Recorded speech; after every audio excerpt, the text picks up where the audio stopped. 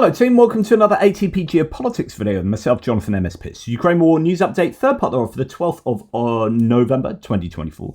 I was a bit ranty earlier on this morning in my other videos, and that's because I'm going through all the stages of grief, American politics, geopolitics in general, just the direction of travel for the world.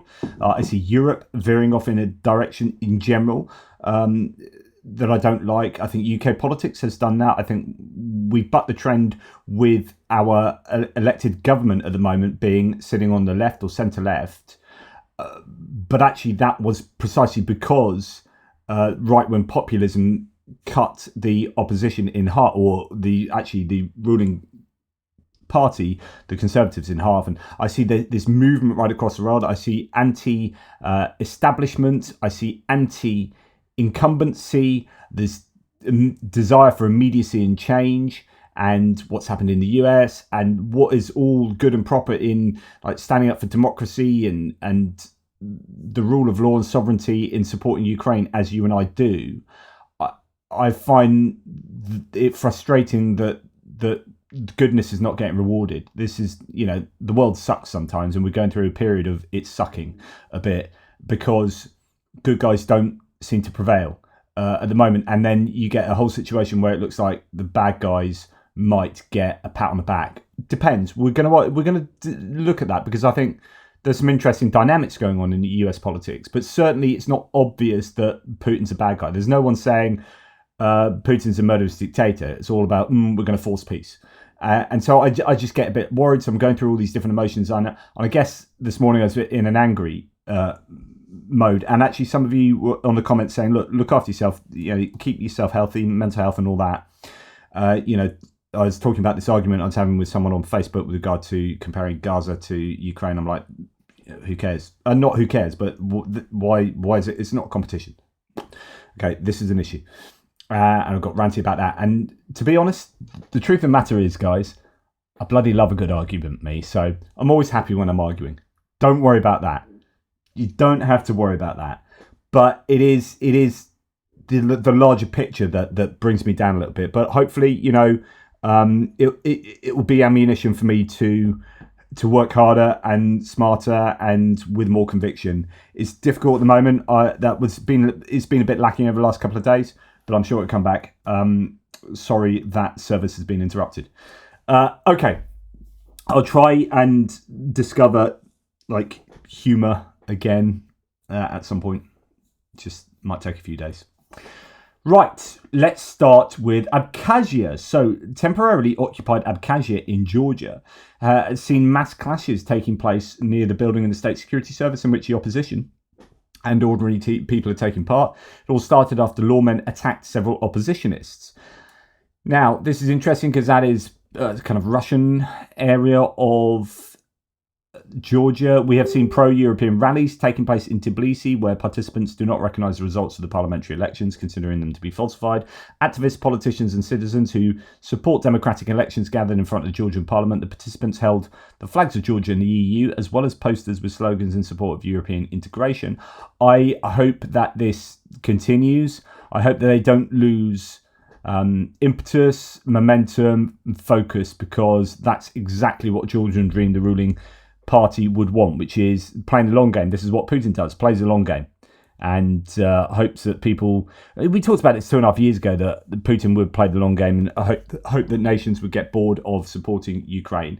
And lo and behold, that's exactly what happened. And it's not as if we weren't adequately warned, because that was always one of Putin's greatest weapons. Really, was time. And so it appears to be. Anyway, there you go. Right, moving on. We have Viktor Orban. Good old Orban. So anyway, in Hungary, opposition leader Peter Magyar has made serious claims. Quote, intelligence officers who serve their country and not a mafia government have confided in me that my apartment, our offices and our vehicles have been bugged for months. Hardly unsurprising. But yeah, you've got the opposition leader whose party is growing in popularity. And in fact, one of the recent polls had them ahead of Fidesz, although that might have only been in Budapest. I'm not sure. But anyway, it's looking good for the opposition in Hungary. But of course, like we saw in Georgia with Georgian Dream, if you control the judiciary and the media, you can start rigging elections. There's very little that can be done to help you. So it's really important that the EU makes sure that Hungary abides by free and fair elections. But to be honest, they've not got elections for some time. But I really hope the opposition comes through there and takes Hungary on a different course. Right, I'm just going to go through a couple of your amazing comments, as you so often hit us with. This is actually from someone from the UK. I just thought I'd share this with you because actually, do you know what? We need to write to our MPs more. I haven't done that enough myself. My new West Dorset Lib Dem MP responded, "How lovely to have a non-Tory MP that also interacts and does his job again. Oliver Letwin used to mind, but he was an old school Tory." Okay, so UK politicians. Petitions is back up and running after selecting and changing the personnel running it. So it's a UK Parliament petition. So you can, in the UK, you can do a petition in Parliament. So many countries have this, and over a certain amount of people who sign a petition, it has to get debated in Parliament. So, quote, "The spectre of Donald Trump returning to power in the United States, it appears to be the Lib Dem MP in West Dorset, and his lack of support for Ukraine and for NATO should shake the UK and our European partners out of their state of complacency when it comes to the defence and security of our continent. Keeping our country secure should be the first priority of any government, and we must always take defence seriously and work with allies to protect all our freedoms. It's time for the UK to lead within Europe on security, working closely with our democratic European allies so that we can support Ukraine and each other during peace and war." I meant to spend more time on this subject yesterday than I ended up doing. So this was what Alistair Campbell and Rory Stewart in that video excerpt I showed you were talking about. So that's a left-wing and a right-wing guy in UK who there's a lot of common ground between those two, and they're both very concerned about Ukraine.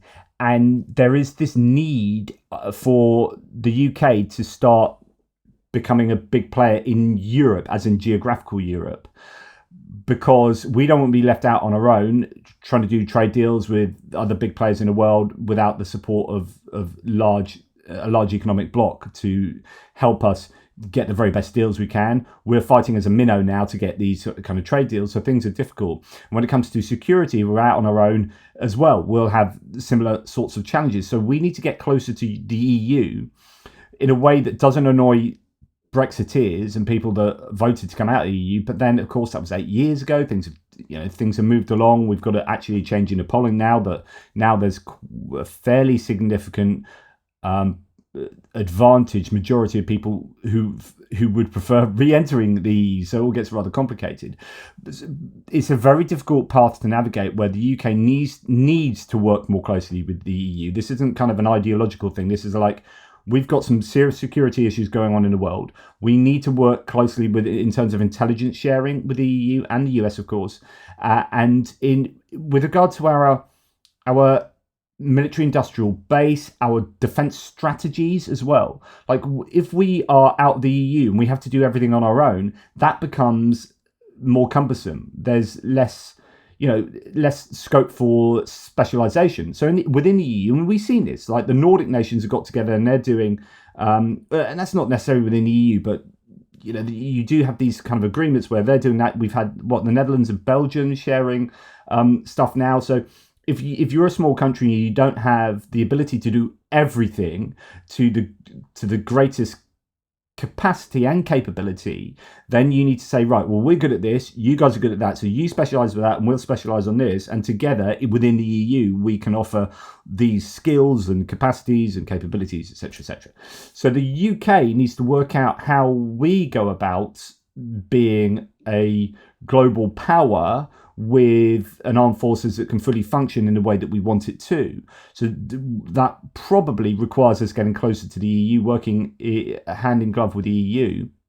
But also, it's going to be important for our industrial base too, because when you have an EU strategy that says 60% of what they procure for the defence industry has to come from within the EU, we have opted out of being in the EU. So our defence industry is going to be thinking, hang on, what's going on there? So it's about setting up shop in countries within the EU, and there's just this need for, I think, Starmer or the UK government to be projecting power and competence and garnering confidence in us to be a major player at a time where there's an awful lot of chaos. There's political chaos within the EU. There's political chaos in the US. And China and Russia, with their own problems, like China has some economic problems. Russia has some severe economic problems, but they have the ability to be able to control things in ways that democracies can't. And they can also do strategizing that goes further than an election cycle. I've talked about this previously with regard to China having the massive advantage of being able to do like 25-year planning. So when they're talking about Belt and Road Initiative, that's not like, if the UK were like, oh, we want to take over the world, right? So we need to do this and this and this. But if you're going to be kicked out of office in 4 years' time, then you've got to be thinking only in very short-term cycles, which means it's going to be very difficult to put these huge plans and implement these plans in place that are going to lead to global domination, right? Whereas China can do that. And now Russia with its, I mean, it's completely not democratic anymore. So that is another authoritarian state that can overcome difficulties in economy that won't lead to a collapse in the government in a way that it would in a democratic country. Because, you know, if as we just saw in the US, it's not even like the economy was bad, but perceptions of the economy were bad. Like just a mere perception. All the indicators, the American economy is doing very well, thank you very much. But because people thought, oh, yeah, there was a dip, inflation was terrible a couple of years ago, I still kind of feel that now, and blah, blah, blah, they're like, right, let's get rid of them. Bish, bash, bosh. Now, that doesn't happen in autocratic regimes, and as a result, they can weather those storms. And, you know, so the question for the UK is, like, what's our place in the world, in this very turbulent world where autocratic regimes can weather these difficult storms, but democracies are dropping down and new ones are coming up, but then they're becoming more authoritarian. So and we'll come on to this in a second, but the US regime is looking very autocratic in certain ways, although some of you get really angry, start spitting on the screen, but actually I can show you some empirical evidence already of this. And we've got that movement within the EU with Robert Fico and Viktor Orban, and then you've got Serbia and you've got the Balkans. You know, we need to find our place, Britain. But so it's good that our British politicians, or some of our politicians, are certainly showing a huge understanding of that. So Michael Vuchar here over in Canada, as a Ukrainian person of Ukrainian descent in Canada, says, "Death to the expert, JP. It's called death to the expert. It's the greatest problem caused by social media." This is talking about how vibes elections and things like that, we're no longer impressed by experts. In fact, it was Michael Gove during Brexit said, well, we shouldn't be listening to experts, or whatever the thing he said. And then you kind of had that more recently in the US elections, where it's just vibes and general ideas that have more purchase than actual granular policy and detail, and we don't need experts anymore. It's just, yeah, I'm going to tell you, we do something like this, and oh, I've got voted in. So it's the greatest problem caused by social media. You have the proliferation of the false expert, i.e. the Muscovite, pro-Brogan, RFK Jr., etc. Social media has left the average person with an attention span of a goldfish in a tank, so all they can take is small portions of information and process it based on feelings and emotions. Rant over. So interesting there, and I think that is something that we need to bear in mind, that the low information voter particularly is going to be far more inclined towards vibes and feels. And how do we deal with that in this world? And, you know, what's the place of truth and facts and expertise and information? I don't know. Bit of an open question. Discuss. 1,000 word essay. Get it back to me Monday morning. Right. Noel reports. Friedrich Merz, the opposition candidate for Chancellor, so people think he's likely to get that role, said he's ready to talk to Putin about ending the war in Ukraine, but only under certain conditions. Quote, if there's reason and consensus among European and transatlantic partners, then yes. Which is a fair enough thing to say, which is, well, if everyone else is up for talking to Putin, if we're in that stage, then yeah, I don't have a problem with that. He added that he would issue Moscow an ultimatum, which we've heard before, to halt hostilities within 24 hours. If ignored, he would supply Ukraine with Taurus missiles and permit strikes deep within Russian territory. Now, Chancellor Scholz will reportedly, says Null Report, seek a vote of confidence in the Bundestag no longer, I think that was penned for, was it January? Now December the 16th. And if that fails, early elections in Germany could take place on February the 23rd next year. So there is talk that the SPD, which is Scholz's own party, wants to put forward Defence Minister Pistorius. Now, we've heard this previously. I've talked about that rumour with German aid to Ukraine. I don't know that Scholz would be up for that, but the party might well see that as the only option. Boris Pistorius, the German defence minister, is popular, and he's doing a pretty good job. Right at the moment, I would argue he's doing a very good job as German defence minister. And where we have criticisms of Germany, they usually come from Olaf Scholz and not from Pistorius. So given they are tanking in the polls, comparatively speaking, AfD is growing, then they probably need a change of leader in order to generate some enthusiasm and a change of direction. Interesting there. EU is preparing the 15th round of sanctions, as I said yesterday. 27 member states are submitting proposals to the European Commission. The goal is to strengthen measures ahead of the 1,000-day anniversary of the war on November the 19th, with sanctions potentially being finalised by February 2025. So these things do take a long time. Now, be like Lithuania, says Joanna Nyman. Joanna? I don't know. Russia had some... You hang around so many European names, so you start mispronouncing things in the European way. Russia has to be defeated. That's of paramount importance. We in Lithuania believe that Ukraine is fighting not just for the Ukrainian people, but also for us, for Lithuanians. This is a very important distinction in the rhetoric here that goes on between the Baltics and the Nordics and many European nations, and what we hear in the US, somewhat from the Biden administration, where it was for as long as it takes.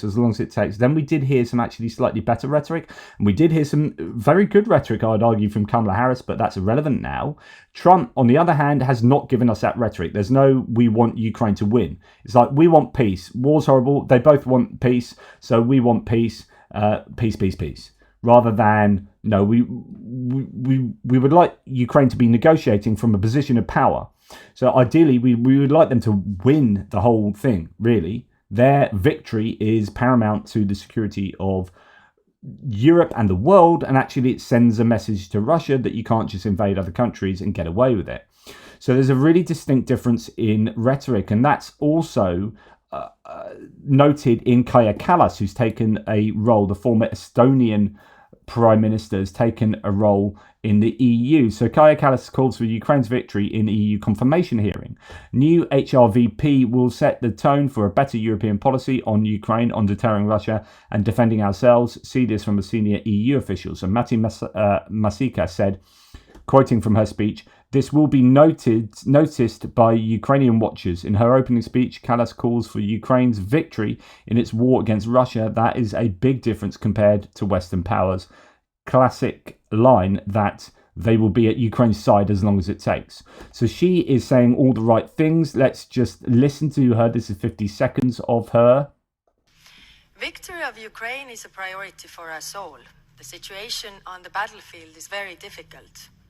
And that is why we must keep on working every day, today, tomorrow, and for as long as it takes, and with as much military, financial, and humanitarian aid as needed. This must be underpinned by a clear path for Ukraine to join the European Union. What we fight here is the European security and the European principles.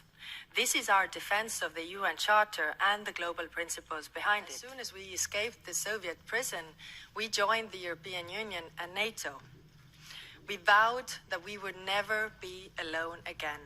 Together, we are so much stronger. Victory. And that's really good to hear from her. She is such a strong supporter and advocate for and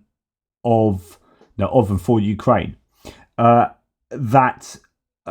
This is just music to my ears, and it is, as I said, a marked difference from the rhetoric, unfortunately, the rhetoric that we hear from the US at the moment, which is either no rhetoric or very kind of pro-Russia or implied pro-Russian rhetoric. This is strong. So I think we might get a divergence of the US from the EU. But it'll be interesting to see what happens when Trump does get in. Now, I was talking about Keir Starmer and taking the UK to this position of strength. I've long talked about how there needs to be a leader within Europe, but it's very difficult for the UK to be the leader because we're not in the EU. And then it comes down to, well, actually, you really need it from large countries in the EU, France, Italy, or Germany, because actually you could have said, say, Kaja Kallas taking the helm and driving on support for Ukraine, but very small country, she doesn't really bring the heft of being at the helm of a larger country in order to generate that support. So Emmanuel Macron was the guy that was doing a particularly good job of this, and is still he's starting to come back with his rhetoric again and bring together this support for Ukraine. But he's in a very brittle position politically speaking, because Rassemblement National have made so many gains. He's kind of not quite a lame duck president in France. He's in position until 2027, but he called those snap elections, European elections, they didn't go his way, and the snap French elections it was definitely challenging for France. And he's now got this new government led by Michel Barnier that's doing a fairly good job of ruling, as Rory Stewart and Alistair Campbell said yesterday, but he's not in a robust position. He's not got good internal polling data for him personally. So you're thinking, well, okay, who else? Olaf Scholz? No. Giorgia Meloni, she sits very much on the right-hand side of European politics, and she has done a really good job of being much more pro-European from within that position than people were expecting at the beginning of her tenure, but might be a little bit divisive, but is actually a pretty good supporter of Ukraine. The problem is the rest of her country, or the rest of her coalition, isn't really like that. And then Donald Tusk. So Tusk has come along, although he didn't win a majority government, so it's a minority coalition government, and PIS, Law and Justice Party, actually got more votes than his own party, but as a coalition they are in government, because I think PIS only got 35% maybe of the vote, something like that, and his party 30%. So anyway, something along those lines. Donald Tusk could be the guy to lead Europe, because I think there needs to be one guy. I don't think it's ideal, but could be. So Dave Keating here says Donald Tusk is increasingly emerging as a likely leader of Europe in standing up to Donald Trump. It's notable that, like so many other Europeans, Tusk seems to have completely given up on Germany showing any future leadership potential on this continent in the near term. Now, Tusk is very much an EU kind of guy. He was involved within the framework of the political the political framework of the EU. Like, he was, I forget what his role was, someone similar to, say, Kaja Kallas now. So before coming back into domestic Polish politics. Kiev Post says Poland is preparing to establish a European alliance in support of Ukraine in response to Donald Trump's anticipated return. Polish Prime Minister Donald Tusk says we will actively coordinate with countries and share our views on the geopolitical and transatlantic situation, as well as on Ukraine. No one seeks an escalation of the conflict, but Ukraine must not be allowed to weaken or capitulate, as this would pose a serious threat to Poland and our interests. And remember, this isn't about people like Tusk saying this as a kind of charitable position. This is all about best interests of the countries involved. So Poland are looking at this saying, look, Ukraine needs to prevail because they're our buffer zone to Russia. If Ukraine fall apart, then we're next on the chopping block. So we need to be clever about, you know, how we do this. This isn't just, this isn't a free lunch for Ukraine. So the alliance could include the UK, Nordic countries, and the Baltics. Interesting. Now, Shashank Joshi talks about and he's written articles on the potential for the US to pull out of NATO and what that might mean, but also what I guess ideas of NATO might exist. What are the different options as to what NATO could look like with a Trumpian isolationism? So Joshi here says, speaking to his own previous comments, so I don't think that the European Union needs separate military powers. This is Kaja Kallas of NATO. Kaja Kallas says, she said, that the EU's role was to boost the defence industry and increase the production of ammunition, whereas NATO is the military organisation. To which Shashant Joshi says, this reinforces my point that I made yesterday. The working assumption is that Trump will not pull out of NATO or paralyse it in a crisis, which would require NATO-like powers, e.g. headquarters elsewhere, but not sure it's a simple dichotomy of military structures versus defence industry. I wrote on some of these issues in February, pointing out that Europe's gaps weren't just defence spending and industrial capacity, but much broader combat capability, key enablers for that, nuclear deterrence and command and control, e.g. staff officers or for HQs. So basically, what this is kind of meaning is that without NATO, there isn't an EU equivalent that could just fall into place instead. Like, there isn't a substitute. You know, NATO spent 70 years or 75 years building up these frameworks and networks and infrastructures for itself as an organization, and then it doesn't make equipment, it doesn't really store equipment. It's not in any large meaningful way. Different countries spend on their own defense and they contribute to NATO, and NATO just brings everyone together and has this organizational remit to respond to any given crisis and to train together and etc. etc. So if that goes, there is no European substitute. Like, the EU doesn't do that. It doesn't have its own armed forces, doesn't have that infrastructure in place. So Joshi continues, in a world where Trump retrenches but says stays in NATO at some level, you can prioritise some of these gaps, capabilities, but leave others. In other words, so if the US is still in NATO but not really bothering much, then you could leave certain things up to NATO to do and then work on these other capabilities, and it won't be too bad. But in a world where the US walks away entirely, essentially all the gaps need filling. So you basically need a replacement NATO, which is a far bigger ask. Ultimately, even if the long-term aim is European self-sufficiency in collective defence, it's a far more preferable and realistic in the short and medium term to explore a new arrangement in which Europe spends or does more as a price of renewed US commitment, cheaper, easier, safer. So they want the US to remain for sure, but it will be a very different looking NATO and a very different looking EU in terms of defence expenditure, so on and so forth. And we went through in a previous video that actually they're changing potentially ways that they can use funding for defence. So there's a recognition within the EU that, hey, defence is now kind of one of the top priorities. What a shame that things like climate seems to be booted into the long weeds, and yet we've had the biggest hurricanes in the kind of Florida, North Carolina areas, and that people still vote against like the administrations that would do more to mitigate that than bite off your nose to spite your face. And then we got Spain, like, what was it, a year's worth of rain in 8 hours. Absolutely, we've got these major climate events, and yet we're thinking, we can't concentrate on that and defence and the war on our doorstep, and it's just, the world is in such a pickle. And that is just a very British understatement there.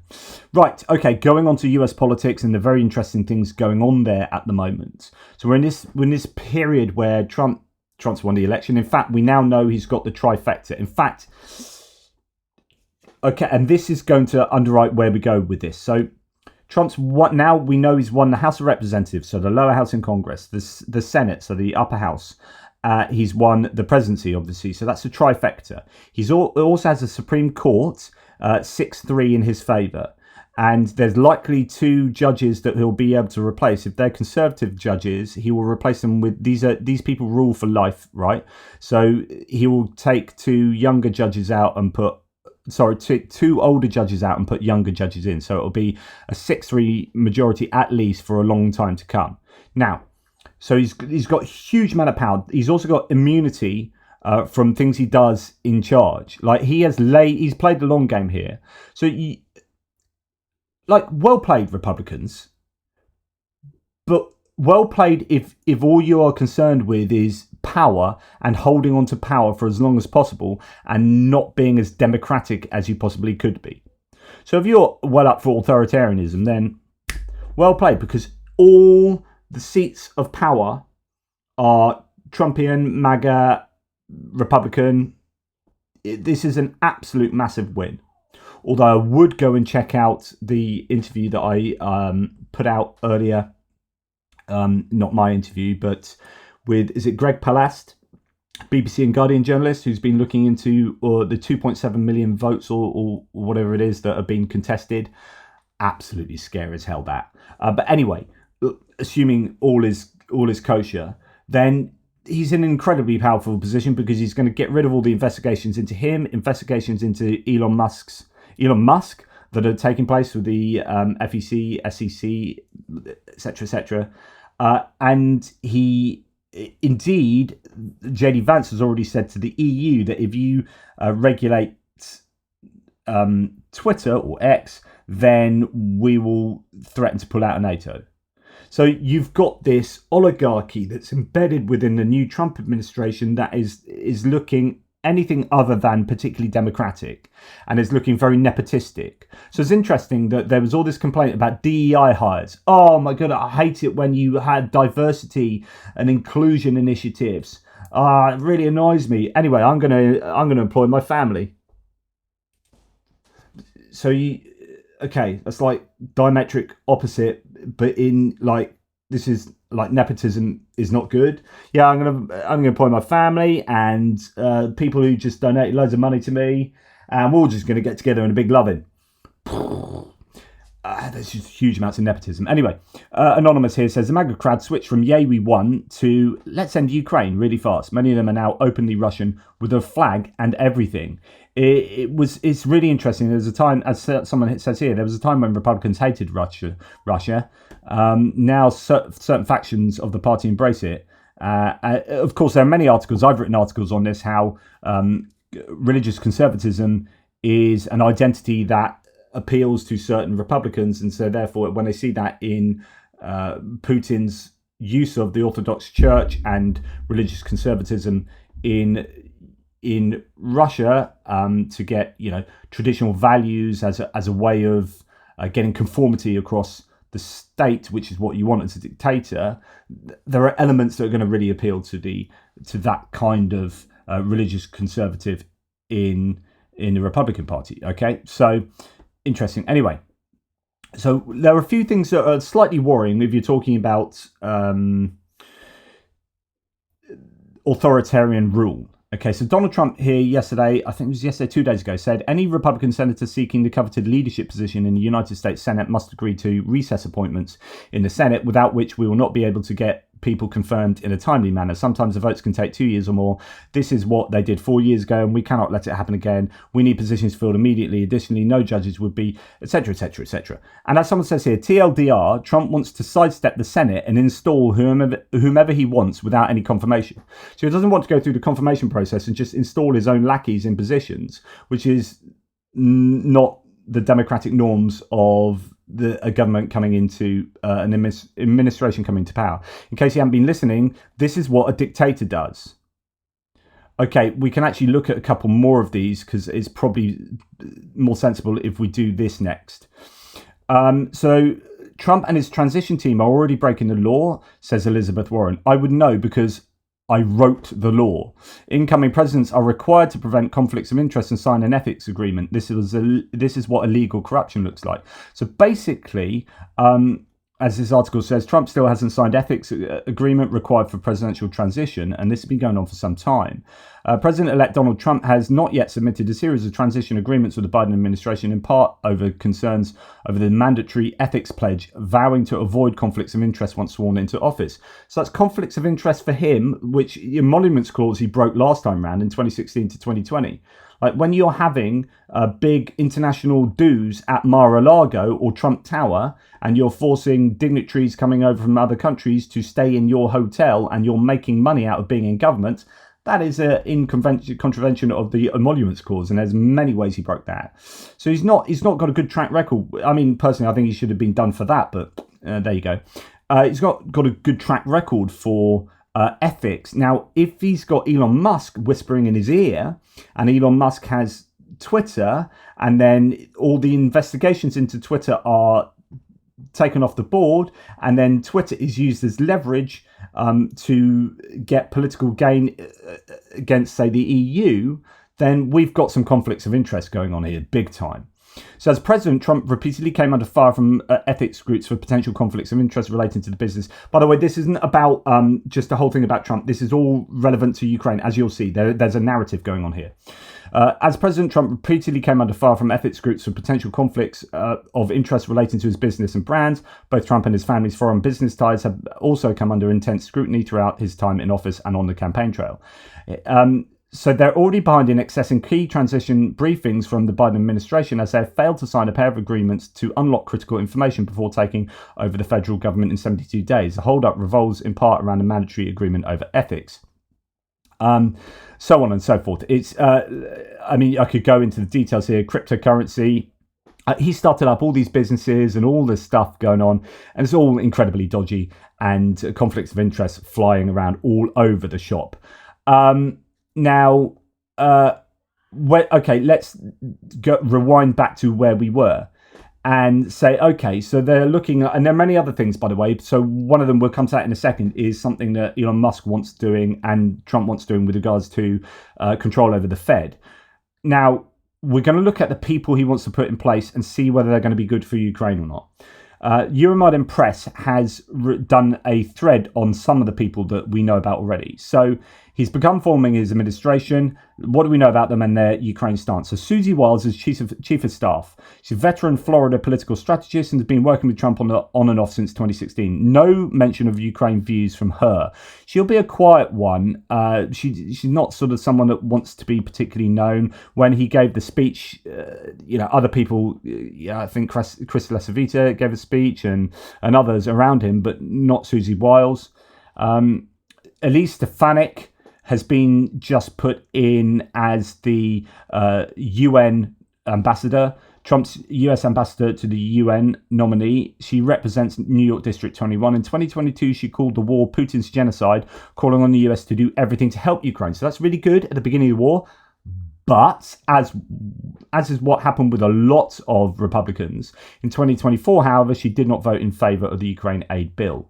So she kind of towed the party line, and I don't think we can expect too much support for Ukraine coming from her. It depends on whether there's going to be a top-down diktat, really. Tom Homan, Border Czar, former acting director of Immigration and Customs Enforcement, anti-immigration hardliner, no mention of views on Ukraine. I imagine he's very much we should be spending money at home, get rid of immigrants from our country. I think although we don't know anything explicit, I bet my mortgage that he is not going to be an advocate for Ukraine. Mike Walls, now this is an interesting one. Trump's new national security advisor, former special forces officer, backs the prospect of a peace plan in Ukraine and believes that Europe should take more responsibility for regional security. He's a China hawk. We're going to see a lot more of this, which is people being strong on China, but weirdly not on Ukraine. Whereas being strong on Ukraine, China starts with being strong on Ukraine, because China are looking to what the US does with regard to Ukraine as to what it does with Taiwan. So let's move on then. Elon Musk has begun to play a key role in the formation of the administration of Donald Trump. So apparently he's being involved in the administration picks. This is how powerful Elon Musk is. I'd say he's the most powerful man in the world right now. He's the richest man in the world, and he has Trump's ear. How long that will go, I don't know. Musk was also present at least two of the president-elect's phone calls. He's been on a phone. In fact, Musk spoke to Zelensky. Musk spoke to Zelensky on behalf of the US, and he's not even, surely that's a Logan act. Really? Is that not? I don't get how Musk is doing that. Anyway, Trump even handed over the phone to Musk so he could talk to Zelensky. So that's ABC News. Elon Musk weighing in on Trump's staffing decisions. He spent nearly every day at Mar-a-Lago joining Trump on calls with foreign leaders and becoming a key player in Trump's transition, offering input on staffing decisions and on the future administration. Right. Okay. Then we have this. So Elon Musk of Tesla has endorsed the idea of allowing presidents to intervene on the Federal Reserve policy, as according to CNBC. And you can go and find that CNBC article. It's out there. Because I checked that to make sure that is definitely the case. In virtually every country where politicians end central bank independence and start unilaterally adjusting interest rates, hyperinflation and economic collapse has followed. This is a profoundly dangerous idea. So when you have someone that's heavily involved in cryptocurrency, as these tech bros are, then I'm sure there's conflicts of interest, and then there's messing around with Federal Reserve policy, and you're starting to go down an autocratic route here. Like, I am deeply worried about the US at the moment. I think there are no checks and balances in place for when you see they're going to gut the FBI, the CIA, education, like everything. I really, really deeply worry. The carve up of Europe. So interestingly, if you're a conservative, that's absolutely what you don't do. Conservatives believe in the tradition of certain institutions and checks and balances. In fact, if you progress to like progressive and conservative, literally the words. So if you think about progressives, if you know about political psychology, liberals are open to new experiences, right? So conservatives are not open to new experiences, hence the literally the word conservative. So if you define yourself as a conservative and you are up for the gutting of the government, that is deeply not a conservative ideal, right? And this is what Rory Stewart, who's a small C conservative, he used to be a Conservative Party MP in the UK. He's now a small C conservative because he's seen that drift to right-wing populism of the Conservative Party, and he's a proper conservative.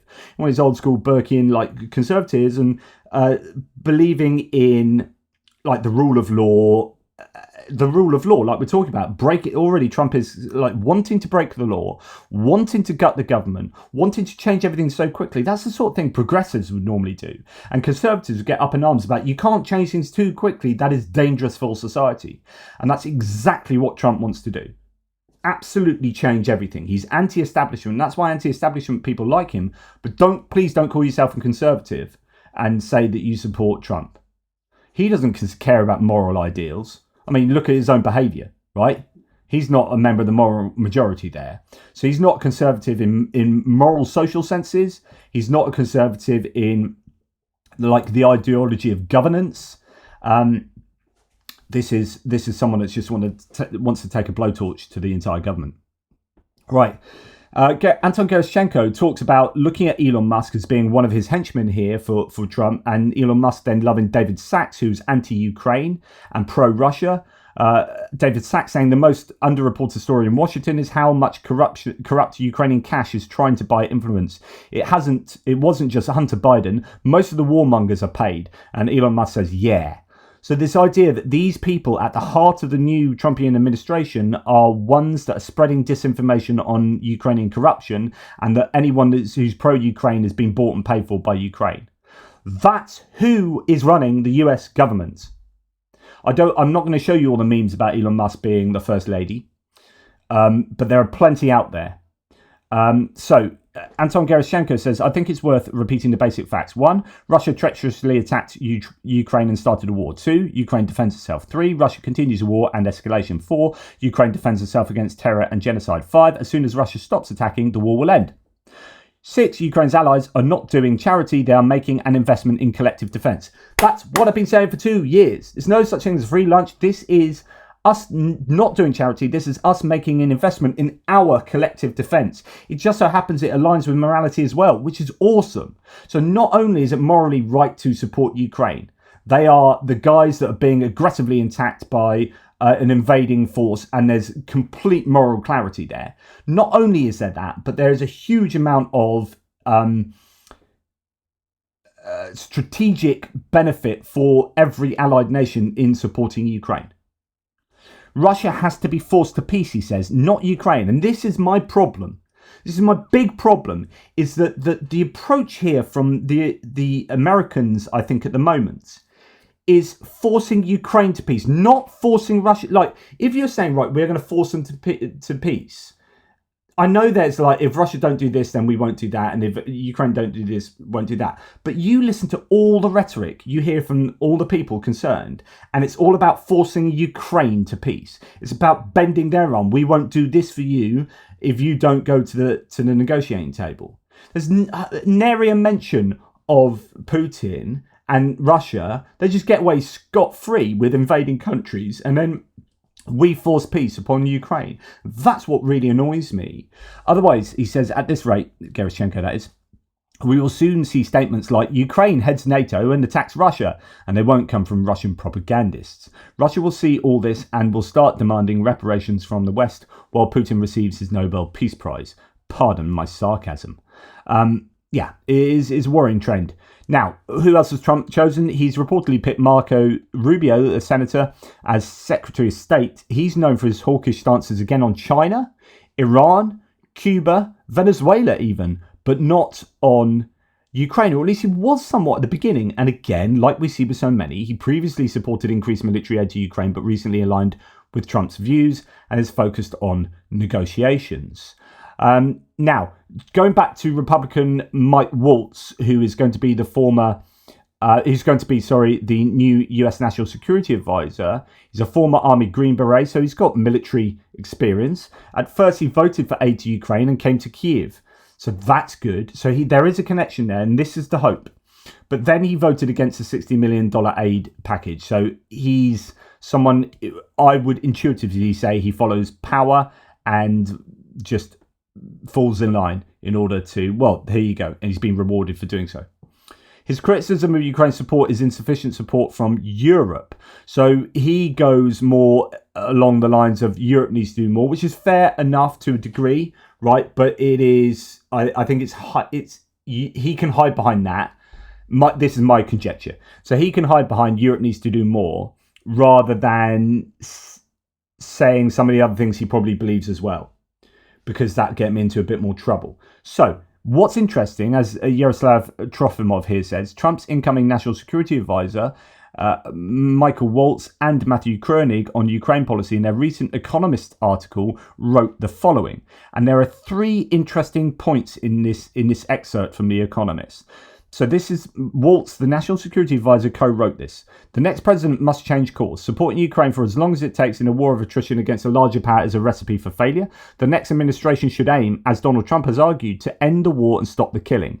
So no talk about winning. There's no talk about prevailing. There's no talk about any moral dimension to either leaders. It's just we want to stop the killing. Okay, I'm not too cool with that. I know in principle, obviously, stop killing, but I think it's a way of couching this badly. Anyway, there are some good points in this. America can use economic leverage. Yes, total agreement. Including lifting the pause on exports of liquefied natural gas. I agree, I mentioned that this morning. And cracking down on Russia's illicit oil sales. Yes, so he's talking about not lifting sanctions here and keeping those in place. This is the best bit of news, although he wrote this before and he wasn't in that position. So this is maybe a position that he would like to see that is possible, but now he's in place, he won't be able to implement this. However, in principle, good. To bring Mr. Putin to the table. If he refuses to talk, Washington can, as Mr. Trump argued, provide more weapons to Ukraine with fewer restrictions on their use. Now, this is again good, as in more weapons, and you can fire them however far into Russia as you want. But this is still the principle as put forward, I think, by Kellogg and Flights before for the Trump peace plan, which is, if you don't go to the table, we won't give you any more aid. And if you don't go to the table, we'll give them more aid. What that does is it gets them to the table straight away at a time that is absolutely advantageous for Russia. If Russia goes to the table right now, then Russia gets maximal gains. So that's my issue. Okay, faced with this pressure, Mr. Putin will probably take the opportunity to wind the conflict down. Okay, there's not 100% sure that would definitely happen, but nonetheless. His objective at the start of the war was to conduct a lightning strike to subdue Ukraine on his way toward reconstituting the Russian Empire, fighting a costly war for 3 years to get at an outcome in which Ukraine remains independent and more firmly anchored in the West would be a strategic defeat for the Russian leader and seen as such in Beijing. Moreover, his plan is superior to the current White House approach, which lacks a stated goal but will end in a stalemate with Russia occupying some Ukrainian territory. The current path will just take more time, blood and treasure to get there. Now, there is an element of absolutely right, and this is the weakness of the Biden administration, has been in not going far enough. They could have just done all of those things in terms of leveraging with weapons, put down red lines for Russia and kept Russia to American red lines or NATO red lines, but instead we were singing to Russia's music the whole time. So there's a lot in there to think about. There's a lot that's better news than other potentials, because the problem is you've also got Elon Musk, David Sachs, all the others like Stephen Miller and Steve Bannon, Donald Trump Jr. and Marjorie Taylor Greene. All these anti-Ukraine people are swilling around as well. And there are very few people that, but luckily this one will be in the right position. He didn't support aid, which is probably why he's in that position. But I would imagine that he probably would have in principle supported aid if he wasn't trying to toe the party line. Now, other people, like I talked about Stephen Miller, Trump is appointing only those that only wake up in the morning to give Putin joy. Stephen Miller is to be the Deputy Chief of Staff. Here he is, I thought he was Deputy Chief of Policy, but maybe not. Here he is reciting verbatim Kremlin talking points last year. So this is Stephen Miller. Likewise, before the in the left ear, went to Europe and reaffirmed the desire of the administration for Ukraine to join NATO. Nothing changes the fact that Vladimir Putin has committed atrocities that words cannot describe. But at this point in time, we are looking at a Syria-like situation on our current path, with endless bloodshed and violence. It's worth considering whether or not to publicly propose the condition of a negotiated settlement that includes Ukrainian neutrality. That's not a permanent solution. It does not end the problems forever. It does not make these long-standing issues go away. But if it has the potential to save hundreds of thousands of lives, it should be considered. And I will also note that if Putin publicly were to reject such a proposal, it would severely weaken his standing in his own country, as he would be rejecting the stated rationale for his bloody invasion. Now, there's a lot more discussion around that needs to take place. If that ends up looking like the JD Vance approach, where Ukraine has to have neutrality, it can't join NATO, and it can't join the EU, that is unacceptable. That is completely unacceptable. And that is Russia getting exactly what it wants, which is the Donbass, Crimea, a bunch of territory. Ukraine's neutral, can't join NATO, can't join the EU. It's essentially, thank you very much, it's everything Russia wanted, apart from, well, the whole of Ukraine. But in terms of, okay, won't get as much territory, but everything else about Ukraine is rendered impotent as a country, because it's not allowed to follow its own sense of desires and agency by being member or acceding to organisations that it wants to preserve its own future and its own security. Now, Euromonitor Press says Donald Trump will adopt a significantly more hawkish stance on the war in Ukraine, according to former US Secretary of State Mike Pompeo. So Mike Pompeo is a guy that's been rejected. He was possibly in the mix for a position, but as people think, because of his position on Ukraine, he was rejected. Pompeo, which is what I worry about, that the decisions appear to be along the lines of Ukraine. And I think there will be these top-down desires to not look after Ukraine. I think Trump hates Ukraine because of Zelensky and the Biden dirt. And I think Elon Musk hates Ukraine because you only have to look at his words. He's gone down that rabbit hole, that David Sachs rabbit hole. So if these are the people making the decisions, I do worry. So Pompeo added that he hopes Trump's team will make him understand consequences of ending aid for Ukraine. So Pompeo here is saying, actually, we need to continue aid to Ukraine, and I hope his team will realise that, and convince Trump to make the right decisions. That seems highly unlikely, right? Okay, Jane Kiev says Russian troll farms pretending to be Americans are loving the appointment of actual Nazis to White House positions. Just a regular American kickboxing mum, obsessed with BRICS summits and Russian foreign policy, and imploding the US with divisive verbatim Russian disinformation narratives. That is a brilliant sentence that basically sums up the entirety of the Russian troll existence on Twitter, which is people who claim, hey, I'm a mum, I'm an American mum, I love God and kickboxing or whatever, and it's like, and you look at their posts, it's like 100% of what you say as a regular American mum with your lovely kids and loves dogs, 100% of what you say appears to be about the politics of the BRICS organization. So that's rather. I think you've given up trying to pretend you're really a kickboxing mum here. Anyway, you can see the sorts of things that are said by these people. MAGA Queen.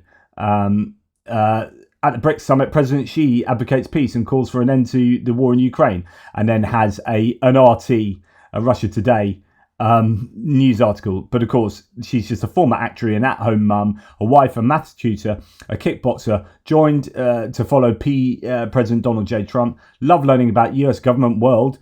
Always searching for truth. Of course you are. Of course you are. And then Trump doesn't have to tell anyone how he would stop the Ukraine war. Why doesn't anyone understand that? Stephen Miller is so totally rocks. I love this choice. Let's get going. And MAGA. And you're thinking, nah, you are a Russian troll. So they are reacting interestingly. Now, you do have some of these old school conservatives still in place, like Representative Michael McCall, who is House Foreign Relations Committee chairman and is on the money for Ukraine. He says, I think Russian propaganda has made its way into the United States, unfortunately, and it's affected a good chunk of my party's base. Now, I think that's what he had said previously, but that's come out again now in another news piece, and maybe he's reiterated that.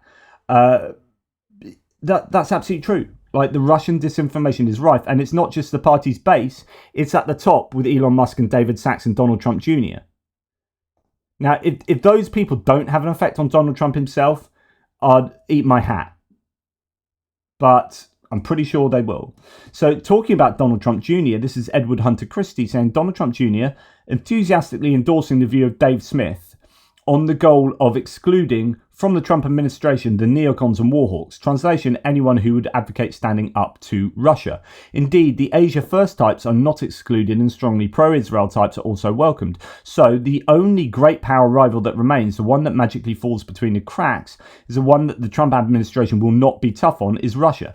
Now, this is a really super important point. Be very wary of this, people out here. If you're still listening to me now after all this time, the idea that, so Dave Smith here says, the Stop Pompeo movement is great, but it's not enough. Right now, we need maximum pressure to keep all neocons and warhawks out of the Trump administration. They've had their time at the table and brought nothing but disaster to the world in this country. What they haven't done is keep the neocons and warhawks out of the Trump administration. They've got neocons and warhawks. They've just got people who are anti-Ukraine and pro-Russia. Elise Stefanik is a warhawk on Israel. Marco Rubio is a war hawk on everyone but Ukraine and Russia, like China, Iran, Israel. You've got Trump saying green light to Netanyahu. Like, these are war hawks. It's just different wars. So in other words, what Donald Trump Jr. is saying, 100% agree on that. No, you don't. No, you don't agree on that, because you agree with all those other appointments and they're war hawkish. Just a different war. This is all about Ukraine. Ukraine has become this partisan issue. And I just don't, well, I do understand how, because it goes back to, I think, Zelensky and Burisma and Hunter Biden's laptop. This is where it all comes from. And we're in this position now whereby, you know, Lev Parnas has come out and told us an awful lot about it. We're in this position now that it's such a partisan thing that it is tremendously sad. Just tremendously sad for those people in Ukraine who are fighting for their lives and for their existence. And this is just some political football to certain Americans, where they're like, oh yeah, no, actually, we don't like war hawks apart from if they're every other country on earth but Ukraine, Russia. Right. Then we get this. Okay, so we are meandering towards the end. So Ukraine is ready to share resources and replace some US troops in Europe post-war to gain Trump's support. During a meeting, Zelensky presented two proposals. These are part of the victory plan. So these are, and they were apparently purposefully written into the victory plan because they would appease Trump. They would please Trump. And it's the idea that Trump is transactional. So they wrote in, taking US troops out of Europe and having Ukrainian troops do European security work inside Europe, and US could bring its troops home. And also giving away Ukrainian natural resources to Trump. This breaks my heart that this is the kind of thing that would have to happen, but that was part of it. So during a meeting, Zelensky proposed two aspects, including deploying Ukrainian troops to Europe and sharing resources with Western allies. In other words, giving sort of lithium and whatnot to the US. Now, fascinating piece in TASS. So this is Russian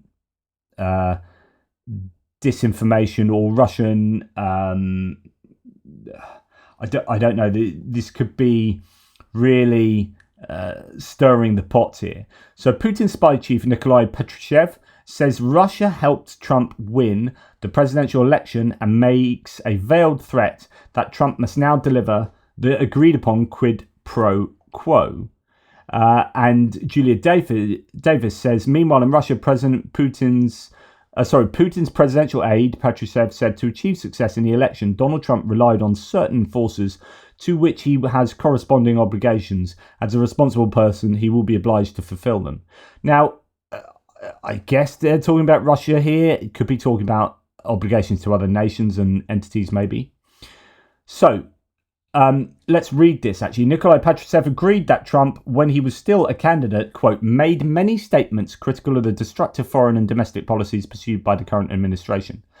In his future policies, including those on the Russian track, US President-elect Donald Trump will rely on the commitments to the forces that brought him to power, rather than on election pledges, Russian presidential aide told the Daily Kommersant in an interview. Quote, the election campaign is over. To achieve success in the election, Donald Trump relied on certain forces to which he has corresponding obligations. As a responsible person, he will be obliged to fulfill them. He agreed that Trump, when he was still a candidate, made many statements critical of the destructive foreign and domestic policies pursued by the current administration. But very often, election pledges in the United States can diverge from subsequent actions. Republican Donald Trump outperformed the candidate from the ruling Democratic Party and will take office, on the 20th, etc., etc. Okay, so quite what that means, I don't know, but it could be that it's like, okay, we helped you get into power, now you need to help us. Interesting. A bit of stirring the pot, though, at the very least, I would have thought. Now, so people are still trying to work out whether actually it all will be doom and gloom with Trump or whether there will be a positive outcome in terms of maybe some leverage and maybe you could get a situation where Putin just disagrees actually with what Trump is dictating and says, no, I'm not going to do that. And then the US comes in to support Ukraine more. Now, if the reports are correct, Trump used a phone call to urge Putin not to escalate the conflict. So this was supposed phone call between Putin and Trump. UK Defence Secretary John Healey says it's a, quote, very good first step and an early sign that the incoming Trump administration will stay behind Ukraine. Speaking in the House of Commons, he said he expects Trump to, quote, recognise it's in America's interest to do so. And this is the whole point. If he's going to recognise it's in America's interest to do so, he will support Ukraine. But that's rather a contentious point, that one. Quote, if countries like Russia are able to redraw international boundaries by force, that sends a signal that undermines the security of all nations. Absolutely right, but I mean, this is the argument. Will Trump realise that? Mike Pompeo seems to think that he'll come to his senses because the people around him will convince him, but I'm not sure that's at all the case because the people around him are actually even more fervently anti-Ukrainian, like his own son, like some of the people we've already talked about. But maybe Waltz is a good appointment. I don't know. David D here, who's actually a Trumpian Republican, although I think he's been forced to kind of go against Trump because Trump's been obviously not pro-Ukraine, and David D is very pro-Ukraine as a former armed forces guy. This is what I was waiting for. If the Russians refuse, then game on, I hope. Trump is a jackass, but knows he is the leader of the US. He will have to make an example out of Russia, or he will be seen as weak and Jake Sullivan 2.0. So this is coming from Russia Today. Trump's reported Ukraine peace plan is doomed to fail. There's simply no way the proposals can be implemented if the current leadership in Kyiv remains. So this is, if you take this seriously, if this is true, then this is the Russians refusing to negotiate, in which case, as David D says, and you could get Trump going, well, in that case, we are going to give more weapons to Ukraine, and they are going to be able to use them further into Russia. So I guess the biggest hope for us who are now, there's no power that we can have over who's in charge of the US, right? Biggest hope for us is that, okay, Trump does end up making the right decision.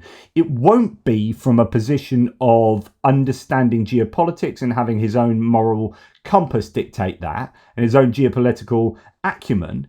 It will be much more from a transactional point of view and really Putin making the wrong decision there. But then Putin's got to work out how much he can sustain his war effort with a crumbling Russian economy, with personnel losses that are stupendous and equipment losses equally so.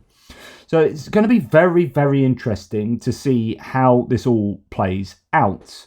Now, Mick Ryan says, in the past few days, speculation about potential Ukraine solution from the incoming Trump administration has accelerated. Here, I examine possible components of this or other peace plans for Ukraine. So just a shortish thread here. A report in the Telegraph describes an evolved plan that includes a buffer zone, freezing the conflict, Russia retaining currently held territory, pumping Ukraine full of US weapons to deter Russia, and deferring Ukraine's NATO membership for years. It is timely to examine some of the components of these plans and the issues they might contain. We can only explore potential components because there is not yet an endorsed Trump plan for Ukraine, and unfortunately nor is there a US strategy for Ukraine produced by the Biden administration for the past 3 years. Freezing the conflict.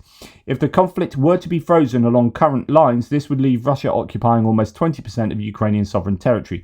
The Russians currently have strategic and operational momentum in Ukraine. They have accelerated their capture of Ukrainian territory over the course of the nearly year-long Eastern offensive. The Russians will feel they will be negotiating from a position of strength if there are peace negotiations, and will be reticent to give concessions. Freezing the conflict means many Ukrainians will be left in occupied Russia. There is more than sufficient evidence of the systematic looting, rape, murder, torture, arbitrary shooting of POWs and kidnapping of children in Russian-occupied Ukraine. It would make any freezing of the conflict at currently held territory a strategic failure and a moral failure by Western political leaders. I totally agree with that, but I don't think Trump would care.